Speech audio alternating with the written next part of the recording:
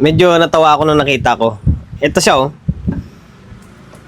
Charan!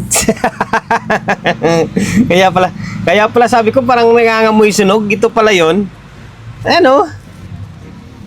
Sunog na sunog yung transformer, oh. Pambihira na yan, oh. Although, sinubukan na rin siguro nila i-repair. Ayan, oh. Mga nakahugot na yung kable, oh. Di ba? Sunog na sunog. Merong, balik kaka-unbox ko lang nito, eh. Merong dumating dito sa atin. Galing LBC ito. From Nara, Palawan. Okay, ayun yung kanyo, yung karton nyo. Grabe, hirap na hirap ako i-unbox siya. Kargado sa balot. Okay, shoutout, and then maraming salamat sa may-ari nito na pinagkatiwalaan tayo na gawin yung unit nila. Kalain mo, Nara, hindi ako nagbibiro, baka sabihin nyo, magawa lang ako ng kwento. Nara, bali pangalawa ko na yata na customer to na galing Palawan. Yung isa ko is yung category 7 ba yun, no? Category 6 na power amp. Ito naman, galing Nara rin. Hindi ko alam kung, basta pinadala lang to dito eh. Nakalimutan ko na yung combo eh. Maraming salamat, sir, ha. And then, hindi ko nga alam kung anong mga issue nito. Kaya gagawin natin, testing na lang natin. Gawin na lang natin yung dapat gawin dito. Nantay ko pa yung yung may magme-message sa akin na tatanungin kung dumating na yung unit niya dito sa akin, di ba? And then, ito pala, pakita ko muna. Ay, bossing, baka mamaya pagbintangan tayo na nakulang ng nakakulang ng knob. Okay, kung ano ito, powered mixer ito, ah. Powered mixer ito. Mixer na may kasamang amplifier na. Kaya medyo makapal siya or medyo bulky siya tingnan. Ayan siya, oh. Okay. And then sa brand naman, hindi ko makita kung anong brand to. Walang nakasulat na brand eh. Nahanap ko nga kung anong brand eh. Wala akong makita. Okay, 1, 2, 3, 4, 5, 6, 7, 8 channel siya. 8 channel, bali pang 9 nitong USB niya. Model. Wala, hindi ko mahanap. Ngayon, ipa-plug in natin para malaman natin kung ano yung pinaka-issue niya. Okay, plug in natin. Naka 20 naman siguro to. Tingnan natin. Okay, to 20.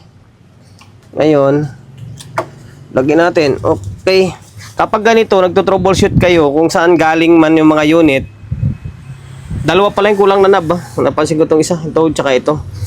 And then, bago kayo mag-plug in, kapag di nyo alam yung history, make sure na gagamit kayo ng bulb para safety. Okay? Naka-on na yung bulb natin. Okay. Wala siyang power. Okay. Itong kable natin, goods to, ha. Baka sabihin nyo, sira lang yung kable, oh. Kapal-kapal nito. Wala siyang power. Okay. Good din yan. Gumagana yung bulb ko na yan. Ngayon, tingnan natin, baka mamaya may fuse ito o ano lang. Ito sa ilalim nito, may fuse to dito eh. Ito to, kailangan natin sunggitin to. Ayan, kaya ko bunutin pala. Okay. Walang fuse. Walang laman ng fuse. Di kaya issue nito, walang power. O di kaya pumuputok ng fuse. Kaya pinadala rito sa akin. Okay, lagyan ko muna ng fuse to. Teka lang. Okay, ito na yung fuse, oh. Nilagyan ko na siya. 10 ampere na nalagay natin dyan. 6 ampere lang ngayon nakalagay sa may konyo. Then na nalagay natin, wala tayong 6 eh. Okay lang naman yan. Tanti mapagana muna natin. Okay, saan na? Ano na to? Teka lang. Okay, sige, pasalpak ko muna. Okay, naibaon ko na yung fuse, ha. Nahirapan ako isang kamay. Hirap niya yung shoot ngayon. Balik natin tong easy cord natin. Okay. Naisalpak na natin. Tingnan natin kung ano mangyari, ha. O natin. Okay, shorted.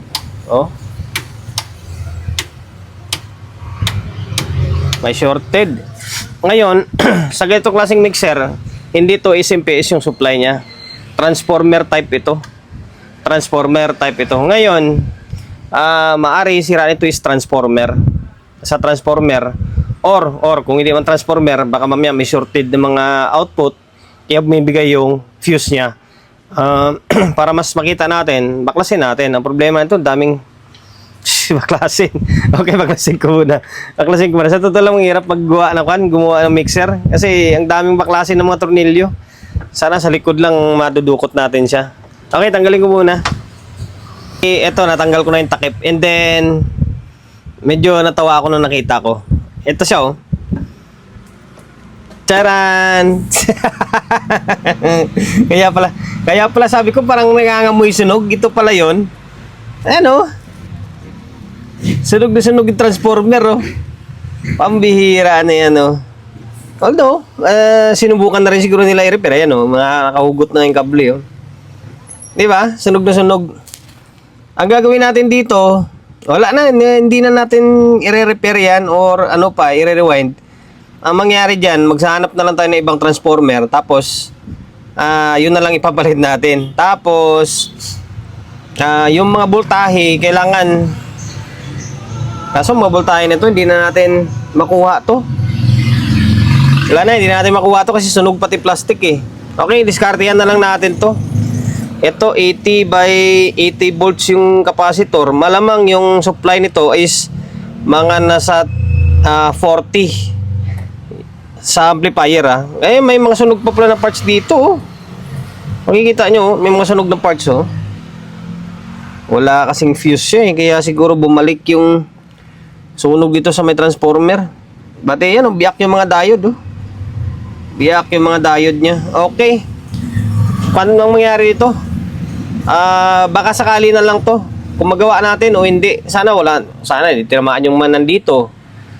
Kasi ang problema kasi ito, may amplifier dito tapos may mixer. Doble yung gawain mo kumbaga. Ngayon, hindi alam ko paano gagawin ko rito ah. Nakakontuloy ako na nabablanko. Okay, baklasin ko muna yung transformer na yan. Tingnan ko anong diskarte gagawin natin. Nabaklas ko na yung transformer niya. Although, konti na lang pala problemahin natin, no? Kasi, supply na ipapalabas natin is, makita ba? Yan, 17, 017, 17, 017, tapos 48. Yung 48 na yan, para sa may phantom niya. Yung 17, 17, para sa may, doon, sa mga, para niya sa may input. Okay, sabihin natin mga buffer niya. Tapos, yung papalabasin natin dito, kasi wala nakalagay dito ng voltahe, kahit magpalabas siguro tayo ng, kasi transformer niya is 80, katulad sa mga 735, pwede siguro magpalabas tayo mga 42, parang 733 ang dating niya. Mga 42 easy, pwede na. Dito. Di ba? Pwede na yan. Kahit mga 42 easy, pwede na. Kasi maliit lang naman tong transformer nyo. Kahit nga yung hibla niya, liliit to. Yung core na, malit na nga yung core, and then, maliliit pa yung wire gauge na ginamit. Okay, ang dami nga lang natin ipapalabas. 17, 48. And then, meron pang 5 volts to, alam ko. May 5 volts pa to para sa may display niya. Oh, meron pa. 5 volts. Although, sa fan, gawa ko kung saan kumuha ng voltahe yung fan nito. Tapos, dami natin re-repair. Oh. Sibak yung mga output to. Kwanto. Lalabas yung pinaka-discarte natin dito sa transformer. Tapos, rewind. Kwanto eh. Matrabahong malala ito. Kailangan makapag-rewind muna tayo ng transformer. Kaya problemahin yung, yung amplifier niya. Kahit yung transformer ng 5 auto, pwede ito dito. Malaki pa yung transformer ng 5 auto dito. Kung sa core lang pagbabasihan, liit ng core niya. Ang liit ng core niya. Nakakita na ako ng pamalit natin. Ito transformer ng mga 5 auto. Ito eh. Mga generic. Ito. Then ito, aluminum din transformer niya. Liyab do. Ang supply ng itong transformer to, supply nito ay yan 32, 32. Oh, focus ka. Yan po 32, 32 tapos 12, 12. Tapos ano pa yung isa diyan? Ay, 12, 12 lang, wala siyang 5. Okay. 12, 12 tapos 32, 32. Ngayon, yung 32 na to, dagdagan natin. Magpalabas tayo ng mga, sabi natin, mga 42. Tapos, yung itong 12, dadagdagan din natin, ikutan din natin to. Gawin nating 17 naman siya. Kasi kulang siya, 12, 12 lang. Ngayon, 17, 17. Gawin nating 17, 17 siya. Tapos, ikot tayo ng 48, 48, 48. Hindi, 048 lang pala. Yan, para sa may phantom niya. Nakanda na yung transformer na. Pasensya na. Transformer natin. Pasensya na, hindi ko na pinakita kung paano ko siya ni-rewind kasi haba lang yung oras natin eh. Basta ito. Dinagdagan natin from 33. Ginawa nating Alam ko nasa mataas to, nasa 48 ng voltahe nito. Mamaya ipakita ko sa inyo. Ito 48 yata to.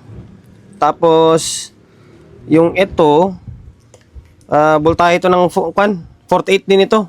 Para sa may Phantom.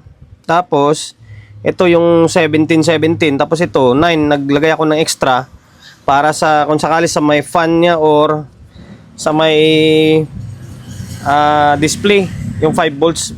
Basta nag-abang lang ako ng isa. Okay, ngayon ito na siya naka-on na yun doon. Plug in muna natin. Okay, ayan, naka-plug in na yan. Ay okay. Teka lang. Okay, bali ito, tinusok ko na siya Nahirapan ako, isang kamay nakahawak sa camera natin ito. Yan ang labas niya Nasa 48 Magpi-50 na siya. Okay, kaya naman ng kwan yun kaya naman ng kapasitor yun. Ngayon, yung isa naman, eto, 17 ito 17, 48, and then 9. Hindi ko na ipapakita. Ngayon, balik tayo dun sa may katawan ng powered mixer natin. Tapos, maaari, repair na natin yung board niya muna. Ito, binalik na natin yung transformer. Parang wala lang nangyari And then, take note pala guys yung pinambalot ko rito, kaya itim to, electrical tape ito. Pwede naman kahit electrical tape. Kahit wala kayong ganito yung mylar plastic na to, kahit electrical tape, okay yan. Ang dami ko na nagawang transformer. Electrical tape, pwede naman Kahit anong ilagay mo dyan, once na masunog yung transformer, sunog talaga yan. Diba? Okay, balik tayo rito. Ito na, nakalas ko na yung board niya. Okay, yung design nito, parang 737, parang ganun 733, parang ganun yung datingan niya. Ito, muntik na masunog Tingin ko talaga nagka-problema to dito. Kaya nasira tong transformer. Sibak tingnan mo yung mga diode Yung 6 ampere na diode Sibak na sibak talaga. Ngayon, nangat ko na yung mga bloke na yan. Check natin tong output. Sana buo itong kabilang side. Sana buo dito, na dito lang may problema. Para focus na lang tayo dito. Okay? Naangat ko na yan. Muntik na mabutas yung board. Ngayon, baklasin ko na lahat ng dapat baklasin dito or check ko na yung dapat i-check para mabaklas natin. Yung fan pala, dito siya kumuha sa may CBS, sa may S2812. Okay, pero dahil may extra tayo na abang para sa may na 9 volts, kahit siguro dito natin sa badaanin pwede. Okay? Tapos yung 5 volts, hindi ko alam, baka doon na yan sa may mixer na side na siguro magkanyan, kukuha ng 5 volts. Basta yung kailangan lang dito talaga is 48, 17, 17, tapos dito sa may main amplifier niya. Okay, baklasin ko muna yung mga sirang pyesa. Baklas ko na yung output. Maswerte tayo, tiniran tayo ng isa. Sa piraso lang ito.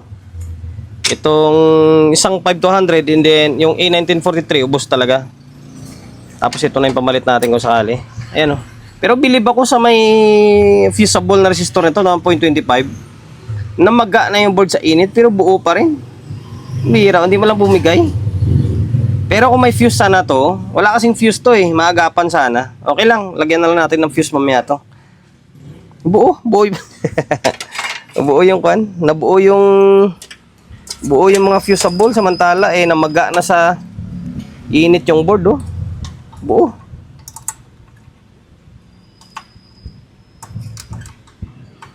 Hirap. Buo. Dapat ma-open man lang yan. Para maprotektahan yung output. Buo. Lalo ito, namaga na nga tong board sa ilalim niya. Buo pa rin. Buo pa rin. Tibay naman ang fusible na to. Buo din Di ba? Tapos yung 600 ito lang yung pinaltan ko. Ito isa na to. Kasi katabi siya ng kwan, nang itim to pero buo pa ito. Buo pa to, pinaltan ko lang, baka sabihin nyo itim na nga, hindi pa pinalitan. Pasensya na sa kamay natin. 680 yung value niyan 680 ohms pinalitan natin. And the rest, parang buo.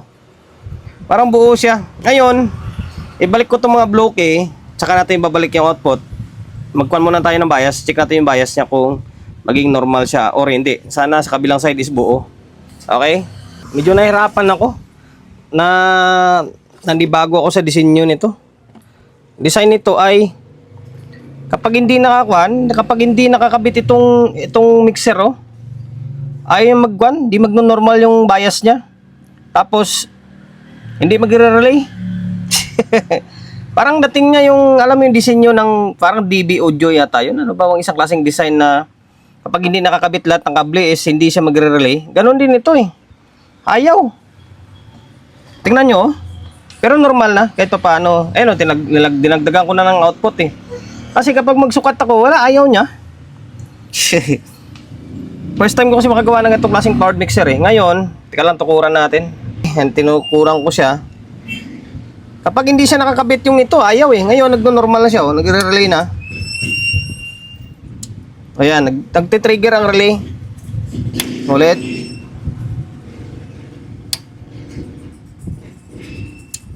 Ayan, ibig sabihin nag-normal yung bias.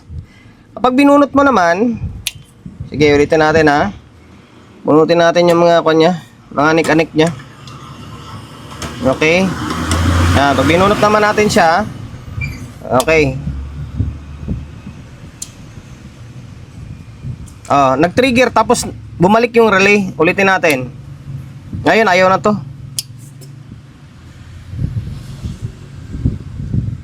Wala na. Ayaw na mag-relay, di ba? Ulit. Wala na. Ayaw na. Ngayon, balik natin. Pasensya na kayo, ha? Hindi naman talaga ako ganun. Naamin ko naman, hindi ko pa ganun kakabisado yung disenyo nito. Okay, balik natin. Pero normal na siya. Pag hindi nakakabit mga to, wala, ayaw niya. Hindi siya magno-normal. Ngayon, balik natin to Kinabit ko na pala lahat ng kable dito sa ilalim dumaan. Kasi pag sa taas ko daan, hindi siya abot. Nakabit na lahat to dito, yung 1717 tsaka yung 48. Okay, ngayon, natin. Yan, nag-relay siya hindi na siya bumabalik. Ang problema pa pala yung fan. Sira yung fan, ayaw gumana Ito, nalagay ako ng supply dito. Pinutol ko yung linya doon, tapos dito ako naglagay. Wala, sira, ayaw gumana. Although may voltahe na yan, palitan ko na lang. Okay, nagnormal na siya Pasensya na kayo, hindi ko pinakita. Basta hirap talaga ako. Hindi ko siya mapatino Sabi ko, akala ko nasa wala lang output. Pero yung output tsaka nandito, parehas normal siya Okay? Wala. Yung pinalitan lang natin is output. Yung tatlong output sira. Tapos yung 680 kunwari na nangitim. Although buo naman, pinalitan natin. Tapos dito sa diode, yun lang ito. Diode na to. Ito pinalitan natin to. Okay, tapos transformer. Nirewind natin yan. Ngayon, pakita muna natin sa inyo yung harap niya. Bali ito na siya May power na siya May power na. May display na rin dito. Okay? Ang gagawin na lang natin dito, iti-testing na lang natin. Medyo napaya ako sa inyo. Hindi ko napakita sa inyo yung pag-troubleshoot ng amplifier niya. Although, kwan lang naman pinalitan ko lang talaga yung output. Kasi, hindi ko masukatan siya kapag hindi nakakabit to Pag nakakabit naman, ang hirap naman niya. Wala pa naman tayong videographer. Okay lang, basta importante nagawa natin. Bahala na kung ano isipin nyo sa akin dyan. Ngayon, lagyan ko pala muna ng fuse. Lagyan ko muna yung fuse line ng yung transformer doon sa may papuntang board para sigurado, mahirap na. Tinanggal ko ulit yung pinakatakip niya. Tapos, eto, naglagay na ako ng fuse. Wala tayong mapaglagyan dito. O dito tayo naglagay ng fuse. AC line to ng secondary, papunta dito sa may diode. O dito na lang muna tayo naglagay. Pwede rin naman yan. Okay, ito. Tapos, parang 10 ampere yata nilagay ko. Parang nasa 5 buto Okay, dito and then, andito. Ngayon, sa may fan naman, pinalitan ko na. Yung fan niya ay, sana? Ito. Ito yung fan niya 0.60, 0.30 itong fan niya Pinalit nga natin, 0.60 yun. Mas malakas pa. Okay, tapos, hindi tayo kumuha ng supply dito. Dito na tayo kumuha May sariling yung 9 volts na nilagay natin, sayang naman Tapos dito na lang natin nilagay. Gumawa tayo ng diode. 4 na diode yan. Tapos naka capacitor. Dito na lang, tinali ko lang siya dyan. Diskarte lang para saan naging technician tayo, di ba? Okay, ngayon, balik ko mga tornilyo nito, linisan, tapos balik natin yung pinakatakip niya, testing natin kung gagana siya or hindi. Sana gumana naman na. Di ko pa naman na tornilyo kasi baka sakaling hindi pa maging okay, hindi tayo mahirapan magbaklas. Ayan, naglagay na tayo ng speaker. Yung speaker out nito ay PL. Kaya tingnan nyo, original yan, no? Naglagay lang ako pansamantala muna, siyempre, para magamit natin. 4 yung out pala nito. Yan, 4 siya na out. Pwede siyang iparallel na 4 ohms. Ngayon, original din na PL. Original din na PL gamit natin, no? Ayan, no? Okay, input. Ngayon, switch on natin, nag-relay na.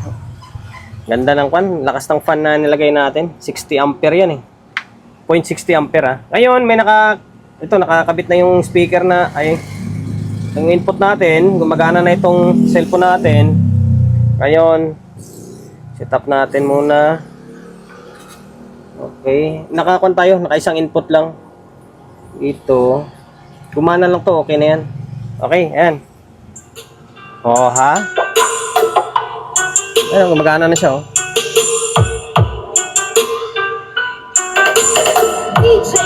Maganda to pang monitor. Okay. Working siya, Ngayon, baba natin, tapos paganahin natin yung phantom niya. Okay, yan, phantom gumagana, Umilaw yung phantom, Off natin. Hindi naman natin kailangan ngayon yan. Pinakita lang natin yung gumagana yung phantom. Umilaw. Tagal yan mawala. Hanggat may karga pa, umilaw yan. Ngayon, balik tayo, Working ngayon. Yung isang channel naman, kabila naman, okay. Ating kabila, Yan, left and then right yan, Ngayon, gumagana din. Okay.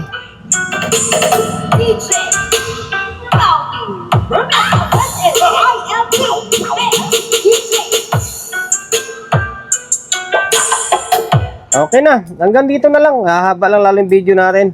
Pasensya na kayo guys, doon sa may doon sa may part ng paggawa ko ng transformer. Hindi ko napakita, hindi yung pag-repair ko. Pasensya na. Yan na, pinalitan natin transformer niya. Nag-rewind tayo ng panibago. Tapos, yung output, 3 piraso na sira. And then, yung diode, pinalitan natin. Yun lang, naging working naman siya. Kakaiba lang kasi yung design nito. Okay na, pwede nang pwede na ibalik ulit ito ng Nara Palawan, Shoutout sa may-ari nito ulit, sir, maraming salamat sa inyo sa pagkakatiwala mo ng unit mo rito sa akin. So, bago tayo magtapos, siyempre, shop natin, Solid G Electronics Repair Shop. Number 61, Don Julio, Gregorio Street, sa Uyo Road, sa Uyo, Quezon City. Social media pages natin, so hindi pa nakapag-follow, paki-follow, and then, siyempre, paki-share ng video natin sa my Facebook, YouTube channel. So, hindi pa nakapag-subscribe, paki-subscribe, like, share, and then, siyempre, paki-hit ng bell button sa gilid para updated ka sa mga susunod na video na i-upload ko. Ingat, God bless, and then peace atin lahat.